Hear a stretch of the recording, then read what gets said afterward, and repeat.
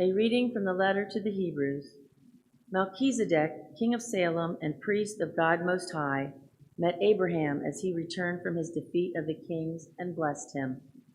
And Abraham apportioned to him a tenth of everything. His name first means righteous king, and he was also king of Salem, that is, king of peace, without father, mother, or ancestry, without beginning of days or end of life. Thus, made to resemble the Son of God, he remains a priest forever. It is even more obvious if another priest is raised up after the likeness of Melchizedek, who has become so not by a law expressed in a commandment concerning physical descent, but by the power of a life that cannot be destroyed, for it is testified, "You are a priest forever according to the order of Melchizedek." The word of the Lord. You are a priest forever in the line of Melchizedek. You are a priest forever in the line of Melchizedek. The Lord said to my Lord, "Sit at my right hand till I make your enemies your footstool." The scepter of your power the Lord will stretch forth from Zion. Rule in the midst of your enemies. Yours is princely power in the day of your birth, in holy splendor. Before the day star like the dew, I have begotten you. The Lord has sworn, and he will not repent. You are a priest forever, according to the order of Melchizedek.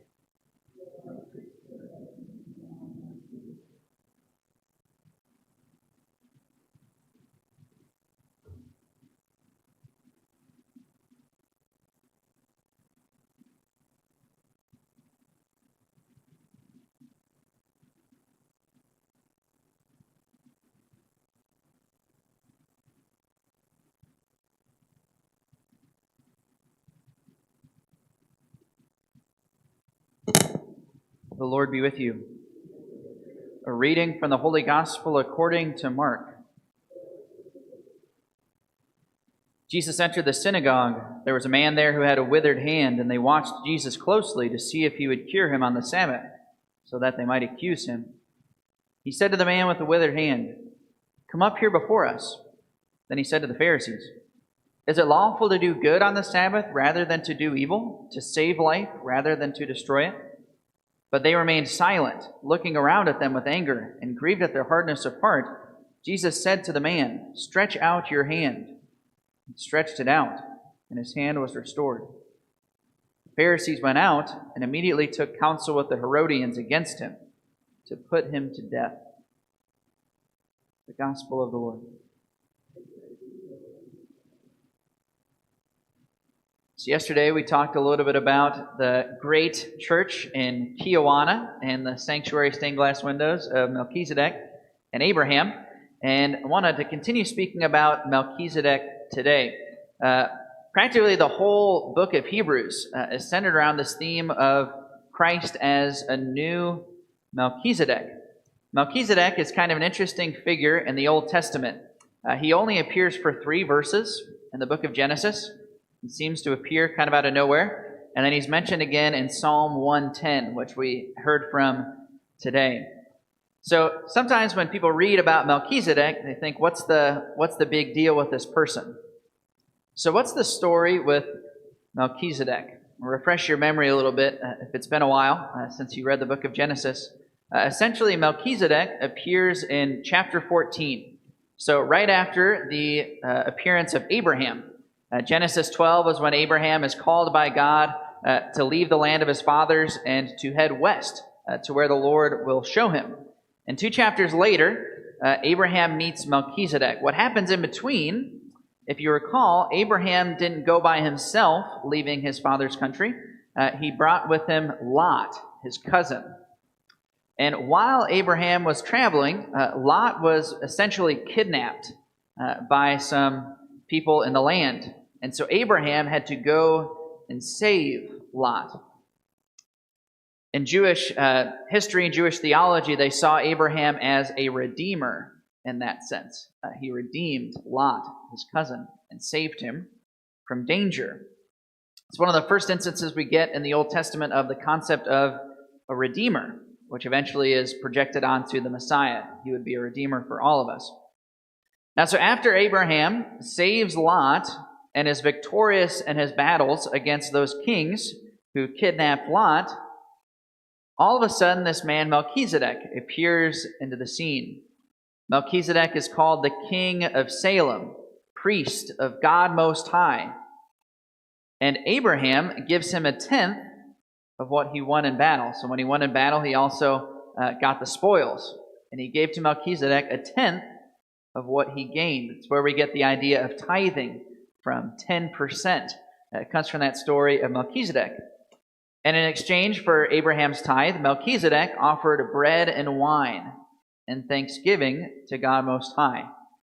So again, we talked about that yesterday as a foreshadowing of the Mass and of the Eucharist, that Melchizedek was giving a Eucharistic, a thanksgiving offering of bread and wine. And it's after that episode that nothing else is heard about Melchizedek in the whole Old Testament, except obscurely in the Psalm 110.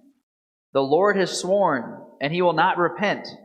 You are a priest forever, according to the order of Melchizedek. That's what Psalm 110 says about Melchizedek. So who exactly was Melchizedek? The letter to the Hebrews says that he was a typological figure of Christ.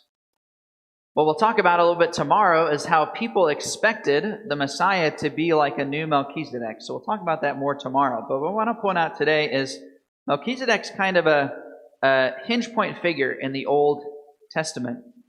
First of all, his name, Melchizedek, was probably not his birth name.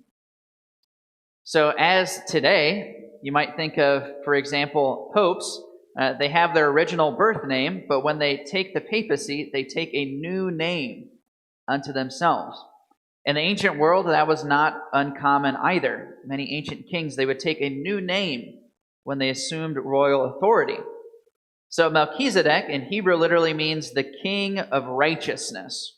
And he was the king of Salem. Salem is the Hebrew word for peace.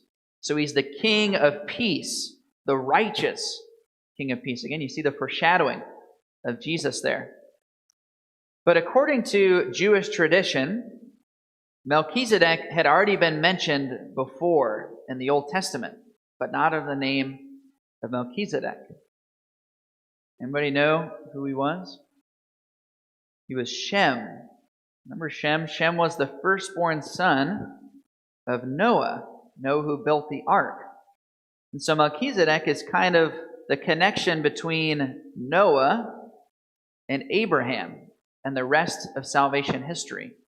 The promises that God gave to Adam and his descendants all the way down through Noah eventually reach Abraham via the blessing of Melchizedek, Shem, the firstborn son of Noah. That's what all the Jewish scholars, the ancient Jewish scholars, used to think, is that Shem was Melchizedek. Part of the reason they thought that is because if you read the genealogies of Genesis, it's clear that Shem lived far into the days of Noah, or into the days of Abraham. Some scholars even claim that he lived in the days of Jacob and Esau. He lived for a very long time. And when Abraham, after defeating all of the other kings of the area, why would he not do battle with this king of Salem? Well, presumably because this king of Salem is his great-grandfather, right? You wouldn't go to war against your family member. Later on in the Old Testament, Melchizedek appears again, but in an obscure way. Salem, which is mentioned here in the book of Genesis, later on is mentioned by Psalm 76 as Jerusalem. And ironically enough, later on in the Old Testament, when the Israelites, they conquer the Holy Land, and the last thing they do, the last city they conquer, is Jerusalem. And something really interesting happened when David entered into Jerusalem with the Ark of the Covenant. Just chapters before, in the book of 1 Samuel, King Saul, who was not a Levite, tried to assume priestly authority and offer sacrifice in the sanctuary. And he was condemned by God for doing so and punished. And the kingship was taken away from him. Right after that happened, King David did the exact same thing. And yet he was not punished for it.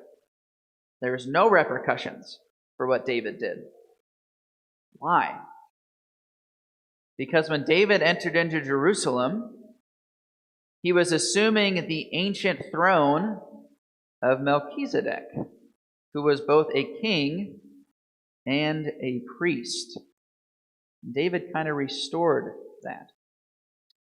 So I just think it's very interesting thinking about Melchizedek, how these things fit together. And what we'll talk about a little bit more tomorrow to close out the week is how the ancient Jews believed that the Messiah would reinstitute the kingship and priesthood of Melchizedek. We'll talk about that more tomorrow.